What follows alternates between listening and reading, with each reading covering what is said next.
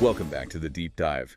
Today, we're getting into something pretty profound. Yeah, it's this concept of being filled with the fullness of God. Exactly. We're drawing from a devotional by Pastor Chris, really trying to, unpack what that phrase means for us, like, right now in our lives. The mission, if you like, is to get a real handle on this idea and its practical side. So the source is this daily devotional focused on Christian growth, and it jumps right into Ephesians 3:12. That you might be filled with all the fullness of God. Yeah, and the interpretation given is, well, pretty intense. It says it means being filled with the totality of the divine essence, his very being. Wow, okay, so not just like feeling good or inspired, but actually filled with God's essence. That's the idea presented. And to kind of back this up or clarify it, the devotional points to Colossians 1:27. Christ in you, the hope of glory. Right.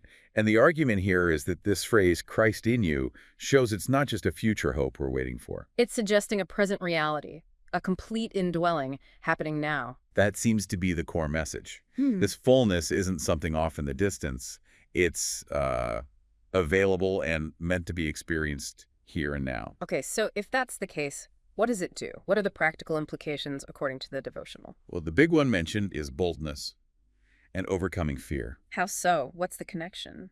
The logic presented is, well, if you're genuinely loaded with the fullness of God, as the devotional puts it. Loaded, okay, like full capacity. Exactly. Then there's simply no room left for fear. It gets crowded out, essentially. That's a powerful thought, isn't it? Imagine living with that kind of certainty, where fear just can't find a foothold. Yeah, it really shifts the perspective.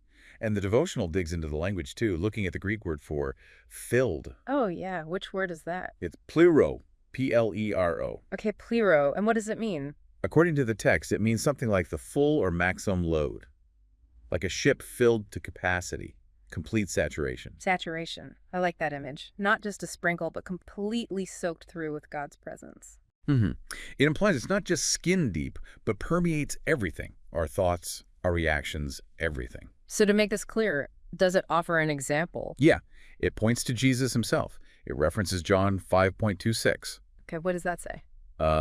As the Father hath life in himself, so hath he given to the Son to have life in himself. So the idea is Jesus embodied this. He was, as the text says, divine essence, filled with God. That's the connection being made. Jesus is the ultimate example of this principle. And does this apply just to individuals, or is there a broader scope? Well, the devotional expands it out. It suggests God's plan involves the whole church reaching this level of, well, understanding and expression. The entire church walking in this fullness. That's the vision presented. And it connects this to the church's destiny. Okay. Which is described as? A victorious departure. Sometimes people call it the rapture. But the key here is how it's framed. Right, you mentioned that earlier. It's not about escaping out of fear. Exactly. The devotional presents it as a triumphant exit after the church has fully demonstrated this divine connection, this fullness, while still here on earth. So the emphasis stays firmly on the present. Live this out now. Yes. Here and now in the earth, in this life. That phrase comes up. It's about actively showing God's divine life, not just waiting for an escape hatch. It really sounds like a call to sort of wake up to what's already been given. I think so. The devotional urges readers or listeners to rise to this understanding and live with this consciousness. Recognizing that God is, in a sense, waiting for us to demonstrate what he's already done in us. Yeah, it puts the onus on believers to live it out.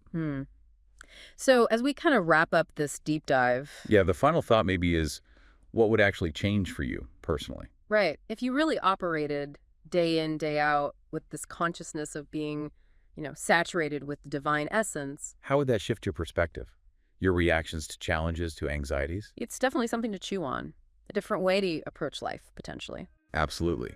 And if this has sparked your interest and you want to dig deeper into Pastor Chris's perspective on this, you can check out the Rhapsody of Realities devotional. The website is www.rhapsodyofrealities.org. Great stuff. Lots to think about there. Thanks for joining us for this deep dive. For more information on how you can grow spiritually using Rhapsody of Realities, please visit our website, www.rhapsodyofrealities.org, or you can also visit rin.rhapsodyofrealities.org/salvation. Thank you.